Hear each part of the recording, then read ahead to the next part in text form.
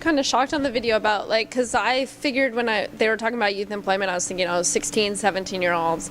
I had a job when I was little. I lived in Texas where the child labor laws were completely non-inhibiting at all. And then we moved here, and my little brother, the economy tank, could not find a job. And so I thought it had a lot to do with just the minimum wage and I don't know, just how you have to be out of the workplace by 9 p.m. and all these kind of weird rules.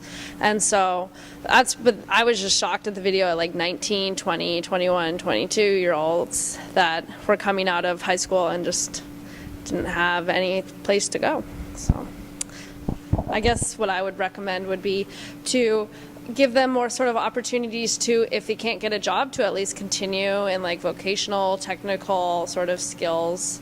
So at least while we're waiting for the economy to resurface and these jobs to come back, people can be at least bettering themselves and their education.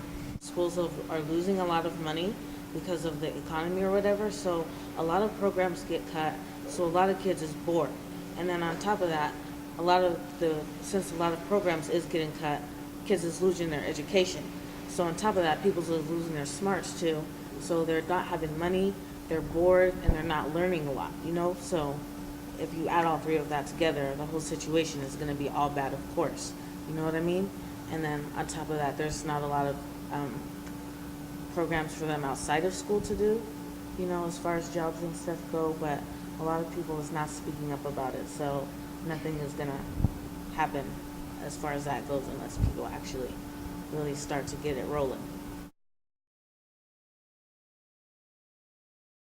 Kids not being able to start with a base of an education, and in the video they talk a lot about how